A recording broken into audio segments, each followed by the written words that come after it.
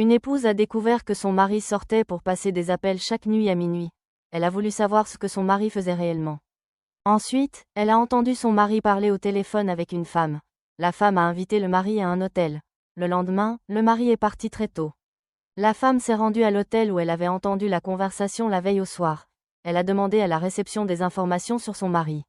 Le personnel de la réception a dit qu'il ne pouvait pas révéler la vie privée des clients. Même lorsque la femme a montré une photo de mariage avec son mari, le réceptionniste a refusé de donner des informations. Alors, la femme est allée dans une boutique en face de l'hôtel.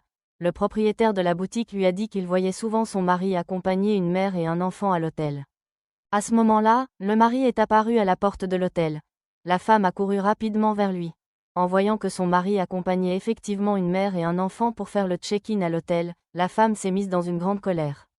Pendant qu'ils attendaient l'ascenseur, la femme a dit au gardien qu'elle était l'épouse de l'homme qui venait d'arriver.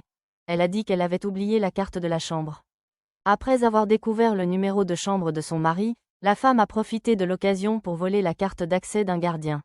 Elle est arrivée devant la porte de la chambre et a allumé la caméra de son téléphone. Elle espérait enregistrer des preuves que son mari la trompait. Mais lorsqu'elle est entrée dans la chambre pour interroger son mari, il n'y avait que lui et un homme inconnu dans la pièce. Le mari a dit que cet homme était un camarade d'université qui venait de rentrer de l'étranger. La femme leur a demandé pourquoi ils avaient choisi un hôtel pour se retrouver s'il était camarade d'études. À cet instant, l'homme a retiré son masque. Il s'est avéré qu'il avait une cicatrice effrayante sur le visage et qu'il avait choisi l'hôtel pour ne pas effrayer les gens ailleurs. La femme a commencé à douter si ses soupçons étaient erronés. À la maison, elle a demandé à son mari pourquoi il avait parlé avec une femme au téléphone au milieu de la nuit. Le mari a répondu qu'il parlait avec sa mère, qui viendrait leur rendre visite le lendemain.